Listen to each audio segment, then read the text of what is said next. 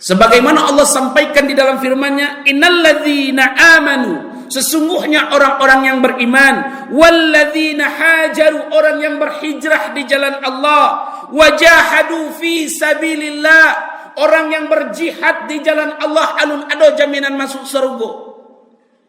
Belum ada. Apa orang-orang yang dijamin oleh Allah masuk surga? Ulaika yarjuna rahmatallah, ketika mereka berhijrah di jalan Allah, ketika mereka berjihad fi sabilillah di jalan Allah, lalu mereka berdoa kepada Allah untuk Allah turunkan rahmat kepada dirinya. Ketika Allah sudah memberikan rahmat kepada kita, baru ada jaminan masuk surga.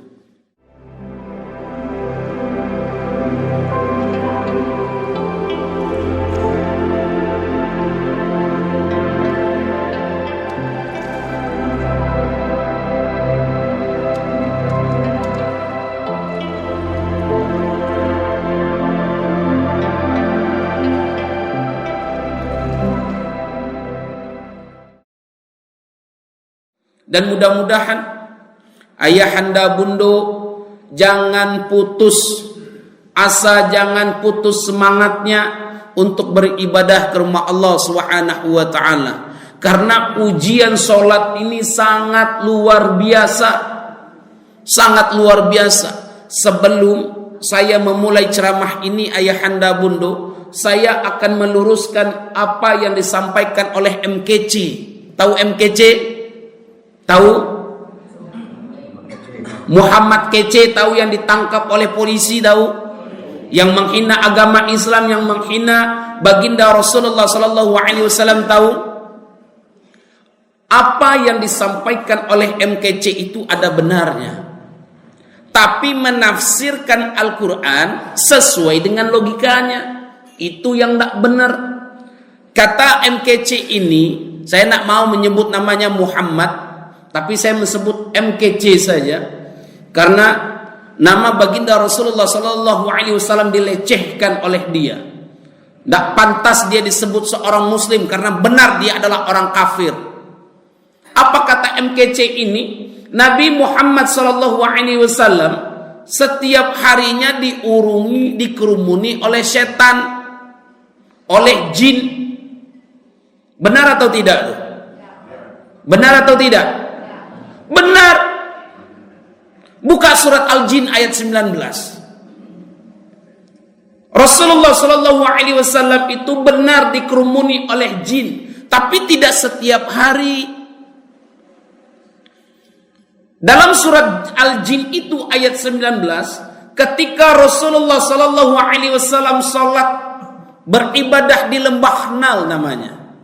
Dan ketika itu didengarlah ayat surat yang dibaca oleh Rasulullah sallallahu alaihi wasallam, yaitu kalangan jin. Kalangan jin ini penasaran, apalah nyobaco di pajaku ko hatulah bahasa kasarnya. Dikerumunilah Rasulullah ini oleh jin, la badan kurumun, dikerumuni itu. Surat Al-Jin. Ada ketika jin ini mendekati Rasulullah, ada yang terbakar. Ada jin ini mendekati Rasulullah, nak sampai dekat kepada Rasulullah, dia tersiksa.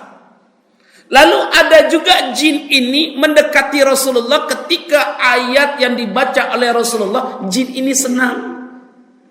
Makanya terdapat dalam surat Al-Jin ayat 10, sesungguhnya ada jin yang bertakwa kepada aku.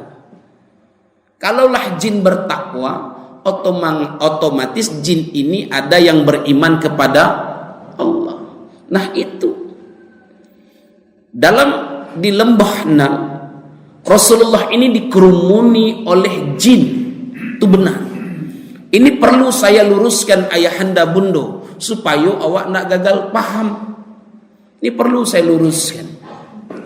Dan oleh karena itu ayahanda bundo yang dimuliakan oleh Allah Subhanahu wa taala, pada pagi ini sangat menarik tema yang akan saya bahas, masalah masjid. Ada seminggu yang lalu, ataukah dapat videonya atau tidak, ada masjid yang dibakar. Di Pontianak dapat nak kabarnya tuh? Yang mendirikan Ahmadiyah. Boleh nak masjid itu dibakar? Boleh nak ayahanda bunda? Boleh. Masjid itu boleh dibakar. Nah, ini menarik, harus kita bahas ini. Yang punya Al-Quran silakan buka surat At-Taubah ayat 107 dan 108. Menarik. Saya ceritakan sedikit di zaman baginda Rasulullah SAW. Rasulullah memerintahkan ada salah satu masjid untuk dirobohkan, untuk dihancurkan. Ada. Ketika Rasulullah SAW hijrah dari Makkah ke Madinah, sebelum sampainya Rasulullah SAW ke Madinah, apa yang pertama didirikan oleh Rasulullah? Masjid. Nama masjidnya adalah Masjid Quba. Tercatat dalam sejarah, Masjid Quba yang didirikan. Kenapa ndak rumah? Kenapa ndak aula? Kenapa nak benteng pertahanan umat yang dibangun oleh baginda Rasulullah SAW? Kenapa harus masjid? Karena masjid itu adalah rumahnya kita. Masjid itu adalah bentengnya umat. Masjid itu adalah salah satu tempat yang disucikan untuk beribadah kepada Sang Pencipta, yaitu Allah Subhanahu wa Ta'ala. Makanya sebaik-baiknya tempat adalah masjid. Seburuk-buruknya tempat adalah pasar. Itu yang disampaikan oleh baginda Rasulullah SAW. Makanya masjid yang didirikan oleh baginda Rasulullah SAW itu adalah bentengnya umat. Dan 9 Hijriah, ketika Rasulullah SAW berada di Madinah, catat nih nama orang ini. Namanya Abu Amir. Siapa orang ini? Orang dari kalangan orang kafir. Membuat masjid yang nama masjidnya Masjid Dirar, yang dibuat dekat Masjid Quba. Dan ketika itu diundanglah baginda Rasulullah SAW untuk beribadah ke masjid tersebut. Tapi ketika itu Rasulullah SAW pergi perang Tabuk. Dan pulangnya baginda Rasulullah SAW ingin memenuhi undangan orang ini, barulah turun surat At-Taubah ayat 107 dan 108. Allah suruh hancurkan di masjid. Jangan pernah sholat di dalam masjid tersebut, karena masjid tersebut adalah untuk menghancurkan Islam dari dalam. Bayangkan. Dan ketika itu diperintahkan oleh baginda Rasulullah SAW, hancurkan masjid tersebut. Jangan pernah beribadah di dalamnya. Begitu juga sekarang ayahanda bundo. Sudah berkali-kali saya sampaikan, saya tidak akan pernah mengakui Ahmadiyah ini adalah Islam. Ahmadiyah ini akan menghancurkan Islam. Kalau ada Ahmadiyah mendirikan masjid, hancurkan. Karena nabinya bukan Muhammad SAW. Itu Ahmadiyah. Nabinya bukan Muhammad, kitabnya bukan Al-Quran.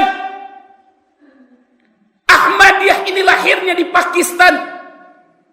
Di Pakistan tidak diterima nih Ahmadiyah, diusir. Tapi di Indonesia diterima, dilindungi. Nah, so nampak Mas Haji dibangun oleh Ahmadiyah, bergabung teman ke teman, hancurkan di masjid. Lalu aduh orang nama ngecek, orang yang menghancurkan masjid itu tangkap. Tuh ada oknum yang ngomong seperti itu. Itu pelanggaran HAM. Kita bukan menyentuh orangnya, tapi yang disebarkan itu adalah aliran sesat. Aliran sesat. Tidakkah pernah terjadi di Kota Padang? Pernah enggak? Pernah. Penyebabnya apa, Bunda? Ayahanda? Penyebabnya karena kita jarang sholat ke masjid. Itu penyebabnya. Kita jarang sholat ke masjid. Imaratul masjid Ramaikan masjid-masjid kita. Kalaulah jarang awak sholat ke masjid, datang aliran sesatnya, ajarkan aliran sesat, baru awak berang. Salam muka awak kemana?